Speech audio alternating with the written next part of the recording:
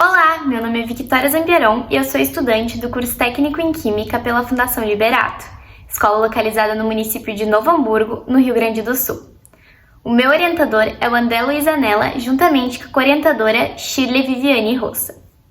O projeto tem como base a fabricação de uma massa plástica sustentável a partir do resíduo coletado de marmorarias, com resina poliéster para posterior utilização no ramo. E por que se faz necessário reutilizar o resíduo gerado por marmorarias? Segundo estudos publicados por Sardinha, a indústria da pedra gera volumes enormes de resíduos, que são vistos em praticamente todas as etapas de produção do material necessário, apresentando cerca de 80 a 90% do total do solo e das pedras extraídas. Mas o que seriam esses resíduos? Os resíduos podem ser definidos como a sobra de processos no quais há manuseio, podendo estar no estado sólido ou líquido. E a maior parte de resíduos de rochas ornamentais são gerados em pedreiras e também são grossos, que por estarem fragmentados, fora dos padrões e alterados, geralmente não são aproveitados. Porém, a pesquisa levou em consideração os resíduos gerados a partir do beneficiamento primário, com o corte das pedras, até o seu beneficiamento final, com o seu acabamento, estes estando no estado líquido. Antes de falarmos sobre massa plástica, precisamos entender o que são rochas ornamentais. De acordo com Buzzi, o Brasil é um dos maiores países produtores de rochas ornamentais no mundo, produzindo cerca de 600 tipos de pedras variadas. Na norma 15.012 de 2003 da Associação Brasileira de Normas Técnicas, ou seja, da ABNT, é definido rocha ornamental como material rochoso natural, submetido a diferentes tipos ou graus de beneficiamento, que serve para exercer função estética. E são definidos dois grupos principais, os mármores e os granitos. Os granitos são denominados pela formação de rochas silicáticas, classificados como tipo primário, juntamente com os mármores. Eles são muito utilizados por conta de sua resistência e durabilidade. Já os mármores são formados por calcários, e isso se dá pela recristalização do contato de rochas carbonáticas. De acordo com Carvalho, os calcários são formados pela deposição, transformação e compactação da rocha de lodos acumulados em grandes quantidades. E como se dá a formação desse material? Para esse processo ser realizado, é necessário levar em conta diversas etapas, como a extração, o transporte, o corte, o polimento e, por fim, o acabamento. O processo de extração consiste na remoção de matéria bruta, que geralmente são blocos maciços rochosos, e para esses são realizados furos, cortes e o derrube. Em seguida, é realizado o processo de transformação, que a partir desses blocos, eles serão serrados para obter as chapas. No beneficiamento final, também chamado de acabamento, as chapas tomam suas formas definitivas, e para isso elas passam pelo processo de resina e de polimento. E elas servirão para gerar soleiras, pingadeiras, rodapés, cozinhas, lavados, entre outros. Mas voltando agora para o assunto principal, que é o porquê de reutilizar o resíduo gerado por marmorarias e o que poderia vir a acontecer. Os resíduos gerados pela lavra e beneficiamento final de rochas ornamentais geralmente não são descartados de forma correta, podendo contaminar solos e águas, causando a degradação da paisagem, a destruição de habitat natural, a formação de poeiras e a liberação de gases nocivos. E por conta disso, torna-se imprescindível encontrar uma forma de reutilização dessa lama gerada. Mas como eles poderiam ser reutilizados na fabricação de massa plástica? Em primeiro lugar, devemos conceituar massa plástica. De acordo com ferramentas Kennedy, a massa plástica é um material utilizado para colar e preencher falhas, sendo constituída por 50% de resina e 50% de calcita malha. E por conta dessa informação, e levando em consideração que o resíduo possui uma grande quantidade de cálcio e magnésio, é possível reutilizá-lo. A formulação básica da massa plástica sustentável leva 60% de resíduo sólido para 40% de resina. E no final do processo, quando é necessário utilizar essa massa para a colagem das pedras, é preciso ainda utilizar 2 gramas de catalisador comercial a cada 100 gramas de resina. Esse catalisador lhe ajudará no processo de secagem e de cura da massa. Além disso, é possível utilizar pigmentos, esses se estarem no estado sólido. E para obter a coloração branca, é preciso utilizar o dióxido de titânio. A pesquisa foi dividida em 2 etapas, a aquisição de dados e a análise desses dados.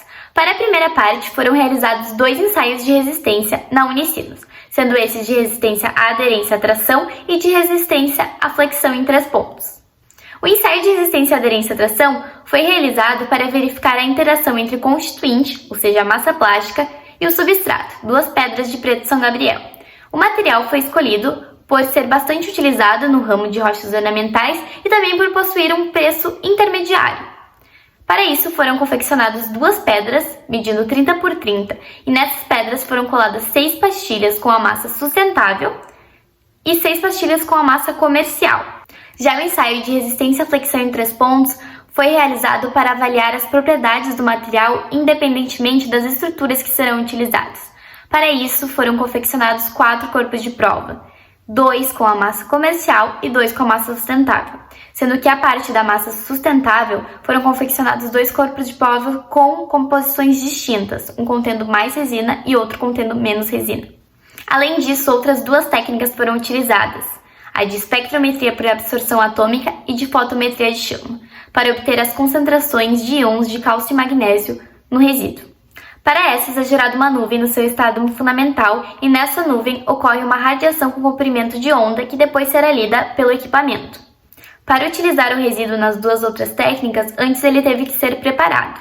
Em primeiro lugar, foi coletado o resíduo líquido na Giane Mármores e Granitos, uma marmoraria localizada também em Novo Hamburgo, e ele foi colocado em uma estufa até passar para o estado sólido. Depois que passou para o estado sólido, foi pesado 3 vezes 3 gramas desse resíduo, que foram pré-digeridas em ácido clorídrico e peróxido de hidrogênio. Depois, essas amostras elas foram aquecidas até a temperatura de 50 graus Celsius e depois foram filtradas e separadas e identificadas para as posteriores análises. E agora falando sobre a análise desses dados, começando pela concentração de íons de magnésio.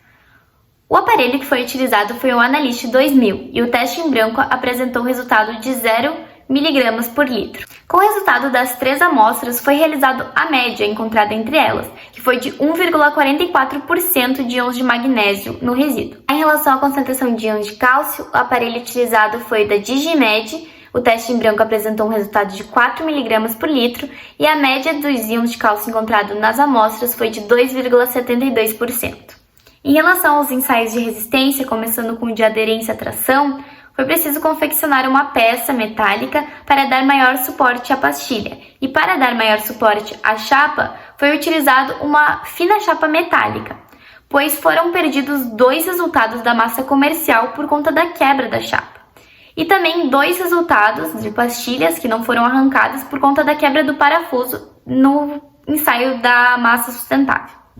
As 4 pastilhas que restaram foram arrancadas, sendo que a massa sustentável apresentou um resultado superior à comercial nesse ensaio, tendo uma média de 9,82 kN frente a 6,57 kN, tendo seu maior furo de 12,08 kN frente à comercial que foi de 9,89 kN. E no ensaio de resistência à flexão em 3 pontos, a massa comercial, como é possível verificar na imagem 1C, apresentou maior quantidade de poros, o que causa enfraquecimento da massa.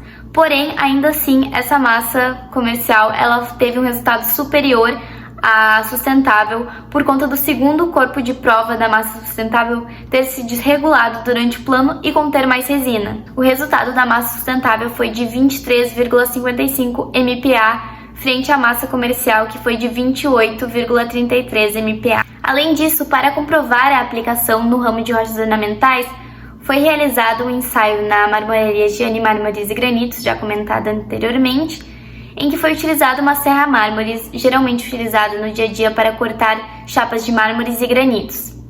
Para isso, foram confeccionados diversos corpos de prova com a formulação já abordada anteriormente, sendo de 60% de resíduo sólido para 40% de resina, e no final do processo, adicionada ainda as 2 gramas de catalisador. Nesses ensaios ainda foram utilizados pigmentos, sendo no estado sólido e líquido.